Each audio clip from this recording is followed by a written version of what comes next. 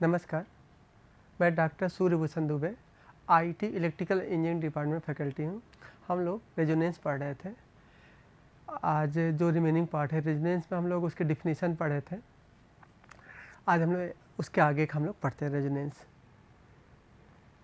जैसे हम लोग रेजोनेंस में पढ़ चुके हैं कि रेजोनेंस फ्रीक्वेंसी से पहले जो कैपेसिटर जो सर्किट होती है वो किस तरह से बिहेव करती है, इंडक्टिव कैपेसिटिव सर्किट की तरह।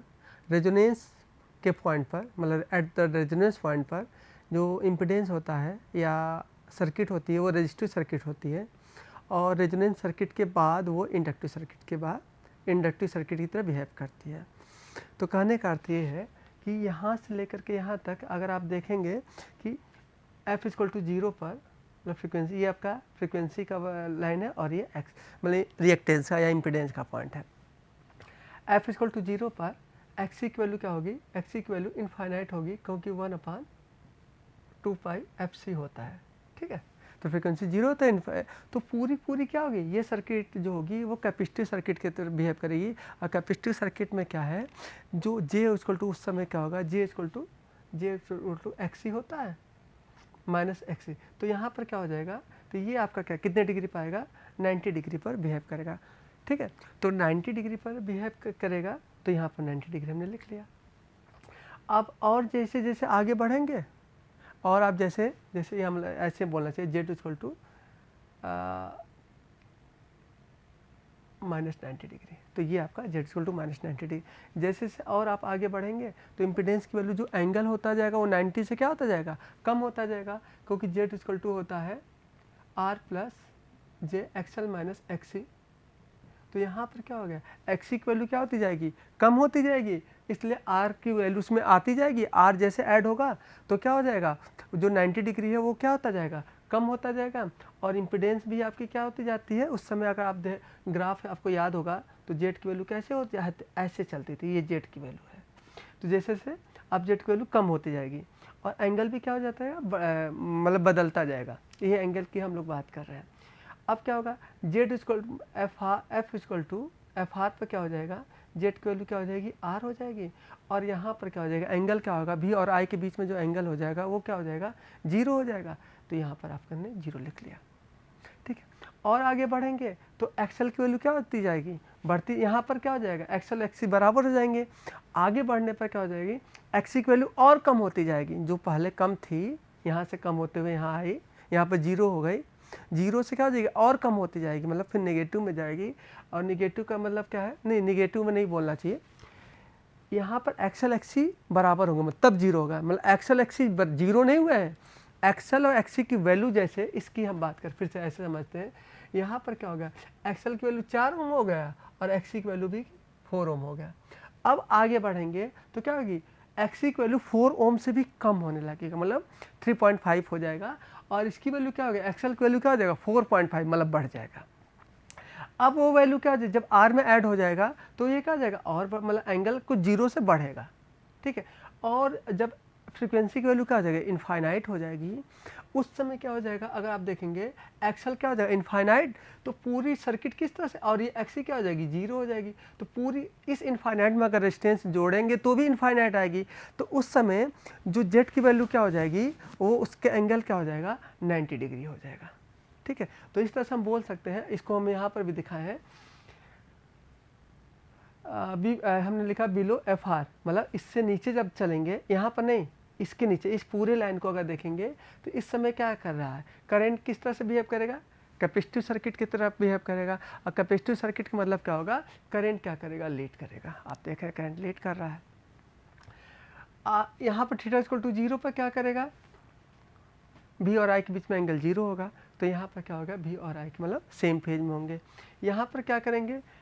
आपका सर्किट क्या करेगा? करंट लैग करेगा। तो लैग करेगा मतलब आप देख रहे हैं करंट क्या कर रही है? लैग कर रही है। ठीक है, तो ये तीनों का क्या है? Before resonance frequency, at the resonance frequency, after resonance frequency. ठीक है, अब बात करते हैं रेजोनेंस फ्रीक्वेंसी और आई के बीच में जो ग्राफ हमें देखे थे, जो इम्पीडेंस की वैल्यू क्या थी? ये आपका क्या था? इम्पीडेंस था। ये Z था, ये फ्रीक्वेंसी थी। अब करंट कैसे जाएगी? गलत बना दी, सॉरी, ये जेड ऐसा नहीं था, जेड ऐसा था, और ये जो पॉइंट था वो रेजोनेंस फ्रीक्वेंसी एफ आर था, और इस समय जेड की वैल्यू क्या थी आपकी आर थी।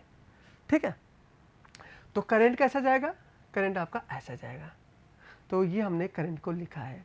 इसमें क्या है, अगर आप और रेजोनेंस फ्रीक्वेंसी की बात कर रहे हैं तो F equal to F R तब होगा जब एक्सएल इक्वल टू एक्सी होगा। एक्सएल इक्वल टू एक्सी मतलब क्या है, एक्सएल इक्वल टू क्या होता है, ओमेगा एल। ओमेगा एल मतलब 2 पाई एफ इंटू एल। ठीक है, तो वही हमने लिखा। ये इस समय क्या है, ये तब बराबर होंगे जब ये फ्रीक्वेंसी कौन सी होगी, रेजोनेंस फ्रीक्वेंसी। वही हमने लिखा 2 पाई एफ आर इंटू एल। और एक्सी क्या होता है, 1 अपान ओमेगा सी, मतलब क्या होता है 1 अपान 2 पाई एफ इंटू सी। ये किस कंडीशन पर, रेजोनेंस फ्रीक्वेंसी पर है, तो वही लिखा 1 अपान 2 पाई एफ नॉट लिखा गया है, यहाँ पर इसको एफ आर कर लीजिए, एफ आर इंटू सी। अब यह क्या है, अगर आप ध्यान देंगे ये एफ आर और ये एफ आर क्या हो जाएगा आपका, एफ आर स्क्वायर हो जाएगा, या ऐसे देख लीजिए एफ आर स्क्वायर हो जाएगा।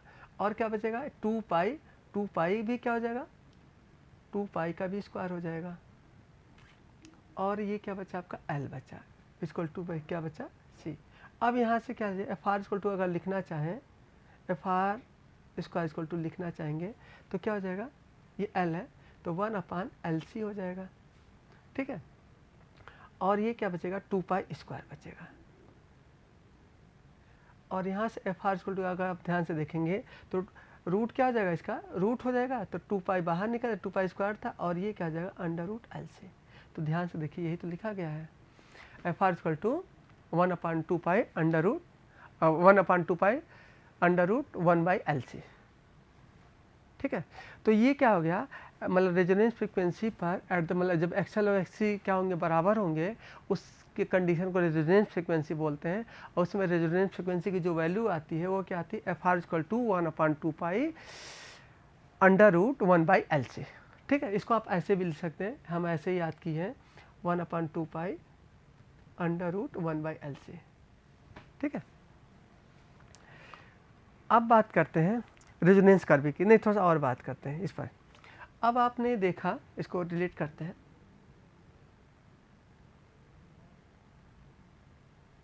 हाँ। आपने देखा यहाँ पर कि L और C की वैल्यू, L और C की वैल्यू क्या होती है, जितनी बड़ी होती जाएगी, जितनी बड़ी होती जाएगी क्या होता जाएगा, मतलब हमने बोला L और C की वैल्यू क्या कीजिए, बड़ी कीजिए, तो रेजोनेंस फ्रीक्वेंसी की वैल्यू क्या हो जाएगी आपकी, L और C को हम क्या कर रहे हैं, बड़ा कर रहे हैं, बड़ा कर रहे हैं, तो एफ आर क्या होता जाएगा, बड़ा होता जाएगा, तो ये इधर खींचेगा। इसमें हम फिगर में ये दिखाना है कि जब रेजिस्टेंस की वैल्यू क्या करेंगे, रेजिस्टेंस अगर आप और पाएंगे एफ आर की वैल्यू 1 बाई आर हो, मतलब रेजिस्टेंस की वैल्यू क्या करेंगे, जितना बढ़ाता जाएंगे, ये क्या बढ़ाते नहीं जाएंगे, कम करते जाएंगे, सर गलत बोल गए, एफ आर की वैल्यू जितना कम करते जाएंगे ये क्या होता जाएगा, उतना पिकी होता जाएगा। और जितना ही रेजिस्टेंस और रेजिस्टेंस कम करेंगे तो ये और पिकी हो जाएगा, और रेजिस्टेंस बढ़ाएंगे तो ये और पिकी हो जाएगा।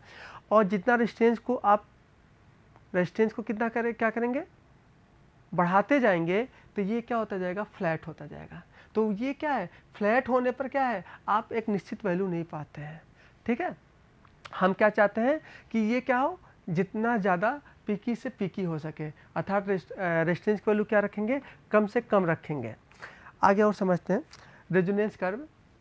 तेज आपने क्या पाया, जब फ्रीक्वेंसी की वैल्यू क्या हो जाए, मतलब जो फ्रीक्वेंसी हो जाए ये एफ आर, मतलब एफ की वैल्यू क्या हो जाए, एफ आर के बराबर हो जाए, मतलब सप्लाई फ्रीक्वेंसी रेजोनेंस फ्रीक्वेंसी के बराबर हो जाए। यहाँ जब एफ आर लिखा हो या एफ नॉट लिखा हो, दोनों को मतलब क्या है, रेजोनेंस फ्रीक्वेंसी है। तो क्या है, अगर एफ की वैल्यू जो एफ आर के बराबर हो जाए या एफ नॉट के बराबर हो जाए, तो उस समय सर्किट किस तरह से बिहेव करेगी, रेजिस्टिव सर्किट की तरह बिहेव करेगी, जैसे हम समझा चुके हैं। अगर एफ की वैल्यू क्या है, रेजोनेंस फ्रीक्वेंसी से बड़ी है, तो उस समय मतलब बड़ी है, तो उस समय क्या है, अगर आप देख रहे हैं उस समय एक्सी की तरफ, मतलब वो कैपेसिटिव सर्किट की तरह बिहेव करेगी। कैपेसिटिव सर्किट की ये नहीं, इसकी बात करें, जब एफ की वैल्यू क्या है, हमने क्या बोला, एफ की वैल्यू एफ नॉट से बड़ी है, तो ये कैपेसिटिव सर्किट की तरह बिहेव करें, मतलब ये वाली पूरी पॉइंट की बात कर रहे हैं। और जब फ्रीक्वेंसी से बड़ी हो जाएगी, अगर सप्लाई फ्रीक्वेंसी क्या है, रेजोनेंस फ्रीक्वेंसी से बड़ी हो जाएगी, उस समय वो आरएल सर्किट की तरह बिहेव करेगी, ये इसकी बात कर रहे हैं। ठीक है,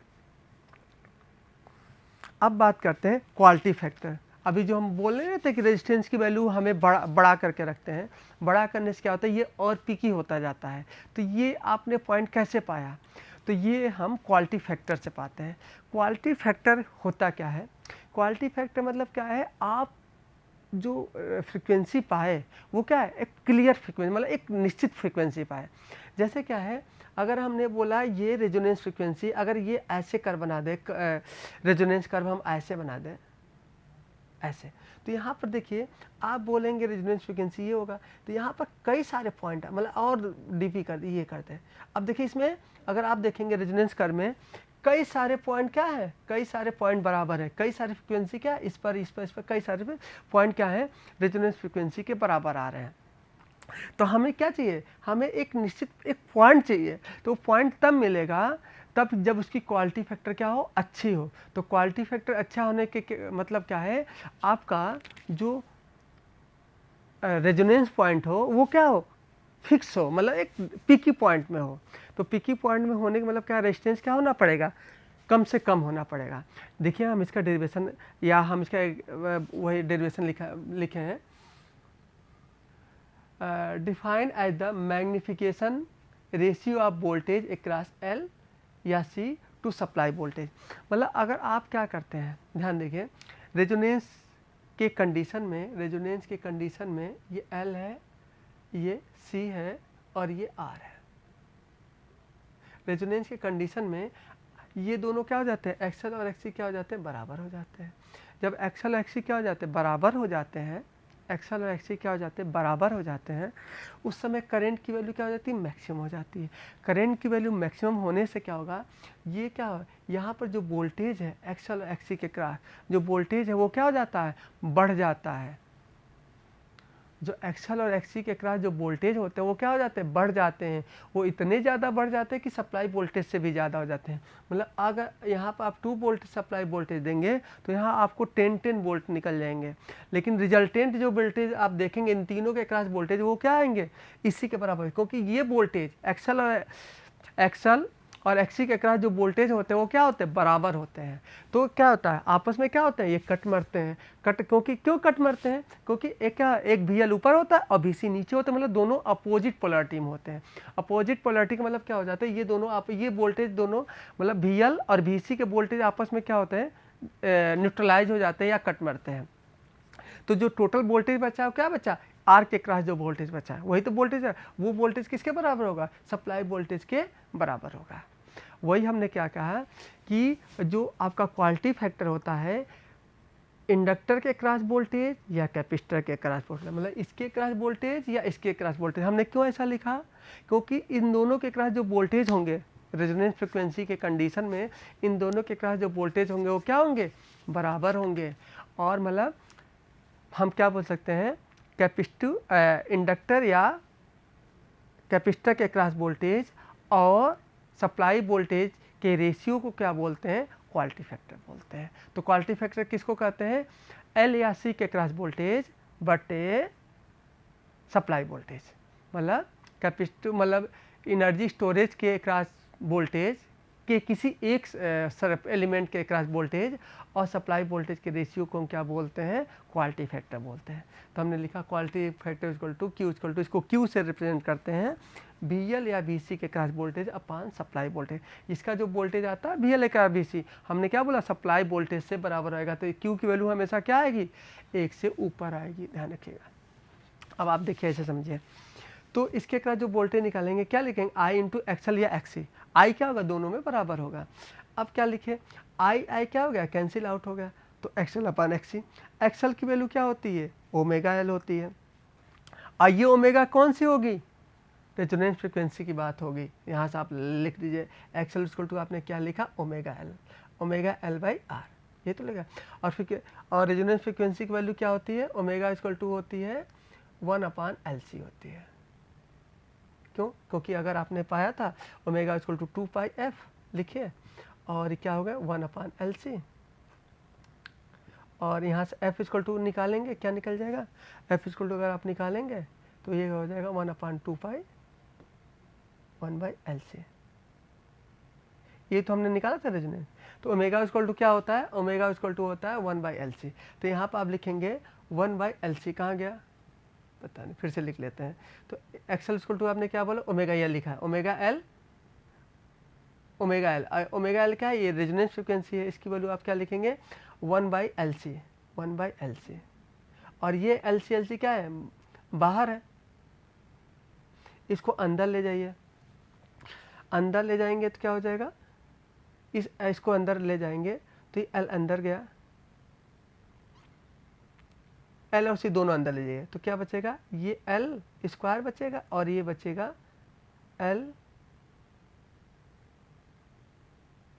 LC। और ये जब सॉरी फिर से बोलते हैं, हमने क्या बोला 1/LC होता है, यहाँ पर फिर से रिपीट डिलीट करते हैं, इरेज ऑल। हमने बोला एक्सएल इक्वल टू क्या लिखेंगे, omega L, omega R into L और बाई आर, ठीक है। ओमेगा इक्वल टू क्या लिखेंगे, ओमेगा इक्वल टू लिखेंगे 1/LC और ये क्या बचा इंटू L/R, ये था 1/R बाहर रख दीजिए, इस L को अंदर ले जाइए तो क्या हो जाएगा, ये L स्क्वायर बचेगा और ये बचेगा LC। ये क्या हो जाएगा, ये कट मरेगा, ये L कट मरेगा, क्या बचा, फिर आगे जाएंगे तो ये बचा 1/R और ये L ऊपर रहा और C रहा, तो ये क्या आया, यही अगर आप देखेंगे तो यही तो आया 1/R √ L/C, 1/R √ L/C, ठीक है। तो आपको क्वालिटी फैक्टर समझ में आ गया होगा। तो हाँ, हम क्या बोल रहे थे, अगर इस क्वालिटी फैक्टर से ध्यान से देखेंगे, जैसे जैसे रेजिस्टेंस की वैल्यू क्या करेंगे, कम करते जाएंगे, रेजिस्टेंस की वैल्यू जैसे से कम करते जाएंगे तो क्वालिटी फैक्टर क्या होता जाएगा, पीकी होता जाएगा। तो यहीं पर हमने ये देखे, ये आप उतना ही ये क्या किया, ये पीकी होता है, और रेजिस्टेंस बढ़ाएंगे तो ये ऐसे आएगा, और रेजिस्टेंस करेंगे तो ये ऐसे बढ़ेगा। तो ये क्या है, ये क्वालिटी फैक्टर को रिप्रेजेंट कर रहा है, ठीक है। एक चीज़ और समझ सकते हैं, आप रेजिस्टेंस बढ़ाएंगे तो क्या होगा, रेजोनेंस कंडीशन पर, रेजिस्टेंस बढ़ाएंगे रेजोनेंस कंडीशन पर जेट की वैल्यू क्या हो जाएगी, जेट की वैल्यू भी बढ़ जाएगी। ध्यान दीजिए, आप जब R बढ़ाएंगे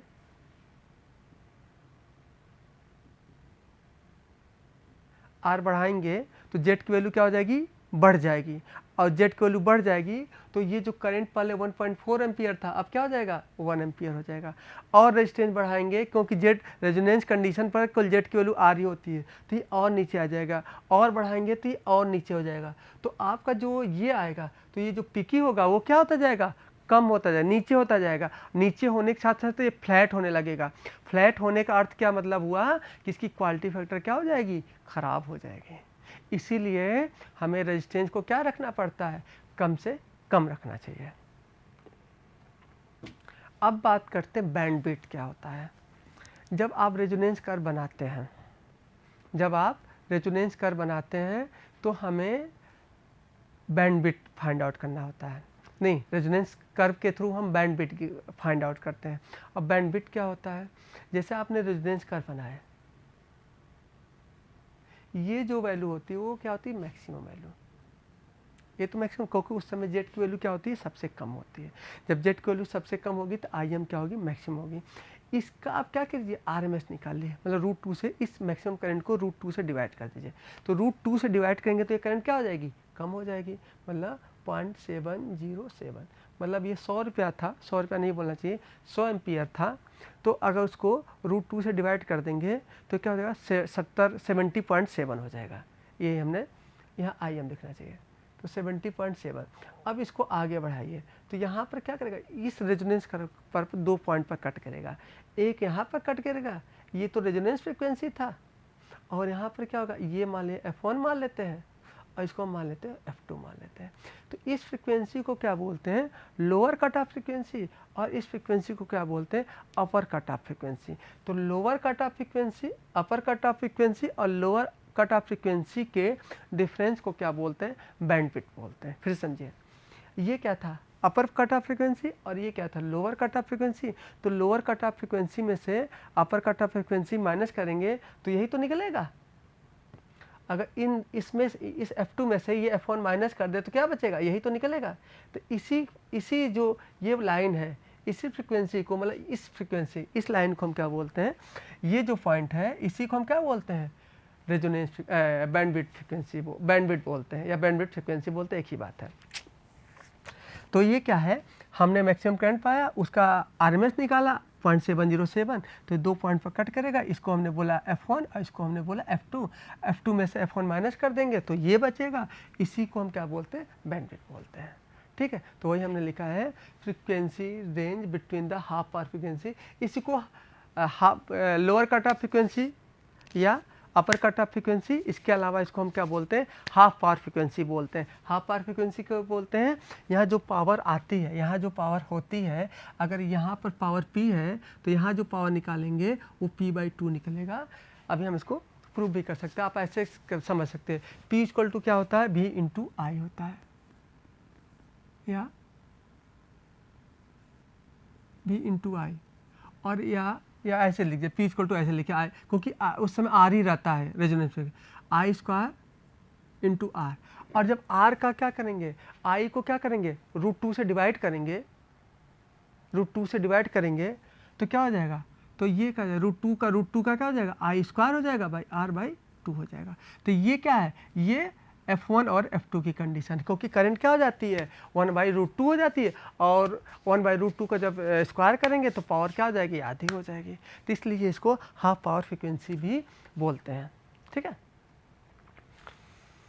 वही एट द रेजोनेंस फ्रीक्वेंसी पर करंट क्या होगा मैक्सिमम होगा, अब पावर ट्रांसफ़र क्या होगा, अब मान लिया मैक्सिमम होगा, उसकी वैल्यू हमने क्या मान लिया P मान लिया। एट F1 F2 की बात करें उस समय पावर क्या हो जाएगा P/2 हो जाएगा, क्योंकि करंट 1/2 हुआ, और P equal to I square by R होगा। I स्क्वायर क्योंकि यहाँ पर जेट की वैल्यू क्या होती है R होती है, और जब यहाँ पर निकालेंगे तो करंट क्या हो गई 1/2 हो गई, तो 1/2 का मतलब क्या हो गया आपका 1/2 का स्क्वायर करेंगे तो I स्क्वायर बाई 2 हो जाएगा और R, तो ये पावर क्या हो गई इसकी आधी हो गई, इसलिए हमने क्या बोला हाफ पावर फ्रिक्वेंसी इसको हमने बोलते हैं। ठीक है, देखिए मेरा मकसद क्या है, हमें निकालना क्या है, हमको निकालना है F2 माइनस F1 निकालना है। ये कैसे निकालेंगे, देखिए पहले हमें पता है रेजोनेंस कंडीशन पर मतलब F इक्वल टू क्या होगा जब FR होगा उस समय XL की वैल्यू क्या होगी XC के बराबर होगी, और उस समय जब आप निकालेंगे इसको हम डिराइव भी कर चुके हैं, उस समय जब रेजोनेंस फ्रिक्वेंसी निकालेंगे ओमेगा R इक्वल टू क्या निकलेगा 1/√LC निकलेगा। ये तो आपको समझ में आ रहा होगा। अब बात करते हैं रेजोनेंस फ्रिक्वेंसी पर जो Z होगा वो क्या होगा आपका मिनिमम होगा, मिनिमम कितना होगा वो R के बराबर होगा, और उस समय जो करंट होगा वो क्या होगा आपका मैक्सिमम होगा। तो हम अगर बात करें मैक्सिमम करंट मतलब I मैक्स इक्वल टू क्या लिखेंगे, मतलब हम रेजोनेंस फ्रिक्वेंसी की बात कर रहे हैं V मैक्स अपॉन Z। ठीक है, अब यहाँ पर देखेंगे V मैक्स और Z को क्या लिखेंगे R square plus minus plus √XL minus XC का होल स्क्वायर, इसको और XL XC की वैल्यू लिख दीजिए ω1/L इंटू 1/ω1C। ठीक है, अब देखिए लोअर कट ऑफ फ्रिक्वेंसी पर क्या होगा, लोअर कट ऑफ फ्रिक्वेंसी पर उस समय पावर हाफ हो जाएगा, उस समय करंट क्या हो जाएगा मैक्सिमम करंट इतनी हो जाएगी, और उस समय जेट की वैल्यू क्या हो जाएगी, उस समय जेट की वैल्यू √2R हो जाएगी। अब आप सोचेंगे जेट की वैल्यू ये कैसे आया, ऐसे समझ सकते हैं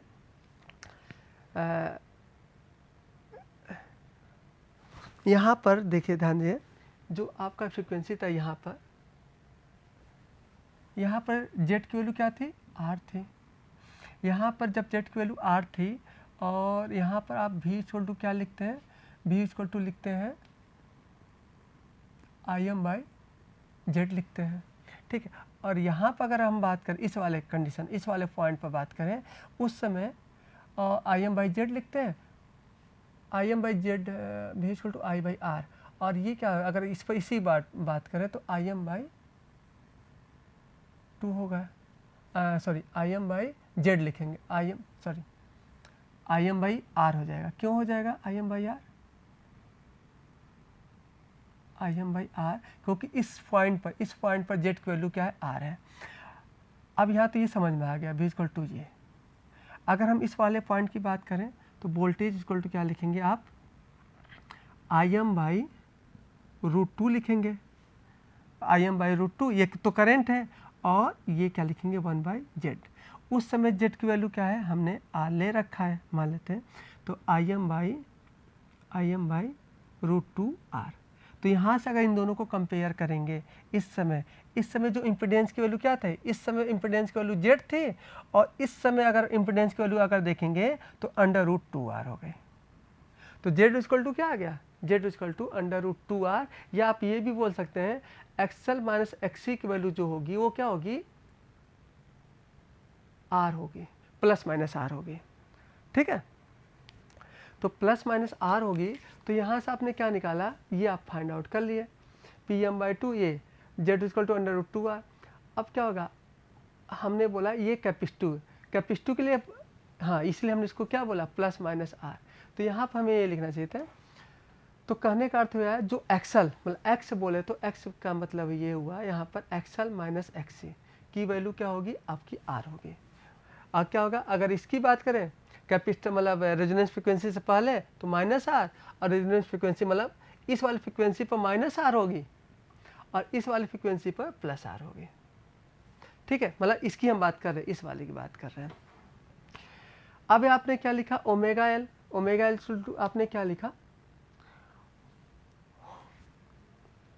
-r/2l plus minus r square r/2l का whole square plus minus LC।